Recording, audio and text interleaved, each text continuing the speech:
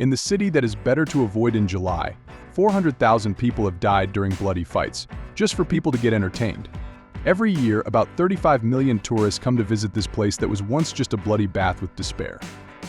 Or they might just be visiting for the cold, creamy, milky substance that is also known as gelato.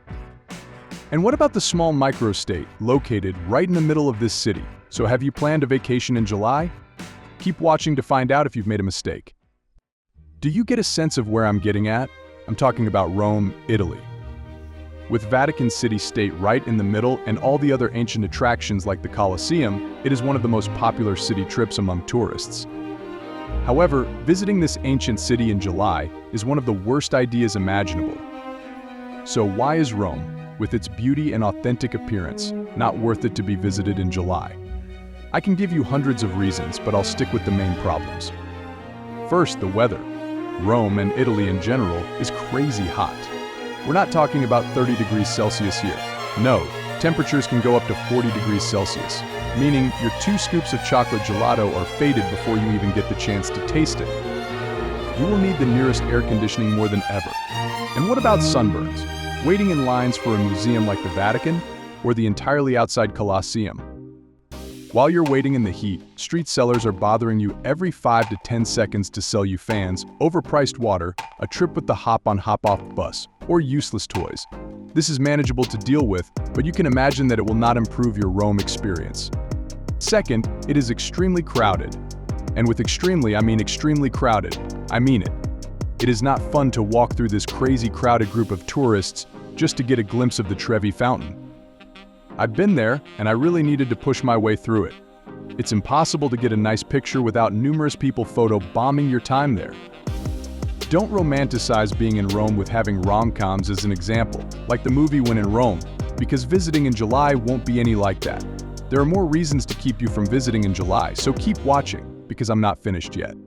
Rome is very expensive in July, as this is the peak season. Therefore, it is not budget-friendly, meaning you're paying twice as much for a hotel room compared to the off-seasons. And if you're flying by plane, this can cost you more as well. For example, a ticket from Amsterdam to Rome in July can cost you up to 300 euros for just a one-way ticket, and that's a very early flight, so you will not even be well rested. In November, this is just 77 euros. So if you had to save money for a while, just to be able to visit Rome, it would be a waste. Because when it comes to shopping and going out to dinner, it is an expensive getaway. I would not put Rome on top of my budget-friendly places to visit.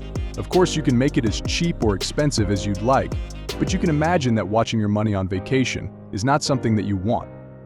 Finally, the most important reason to not visit Rome in July. Rome is a city that's worth appreciating. The ancient streets, the delicious pizza and gelato, and the remaining buildings of the Roman Empire should really be on the top of your list of places you have to visit. But that's exactly my point. How do you think you'd feel when you finally got home from Rome, after experiencing all that authentic architecture and tasting Italian delicacies in the extreme heat, moving through sweaty crowds, while being constantly bothered by street sellers and overpaying your stay and flight tickets? I don't think your story of Rome would be any good or contain a slight sparkle of positivity. Let me paint you a picture of what July in Rome is really like. So, it's mid-July. The sun's beating down hard, and I'm trying to make my way through the cobblestone streets to the Pantheon. The place is packed, and moving around feels like you're in slow motion because of the crowd and the intense heat. Every step feels like a fight against the relentless sun and the bumping and pushing of tourists everywhere. And then, at every turn, you've got vendors coming at you, pushing souvenirs and water bottles. You have to watch your back for pickpockets. It's just too much all at once. The real low point of my trip hit when I finally made it into the Vatican museums. After sweating it out in a super long line under the brutal sun, I got inside only to be greeted by even more crowds. The Sistine Chapel, which you'd think would be all peaceful and quiet, was totally packed. Guards were shushing everyone non-stop because of all the noise. Between the heat and the racket, it was pretty much unbearable. That's when it really sunk in for me. Going to Rome in July had taken what could have been an awesome experience and turned it into something totally exhausting and kind of forgettable. So basically, heading to Rome in July? Brace yourself.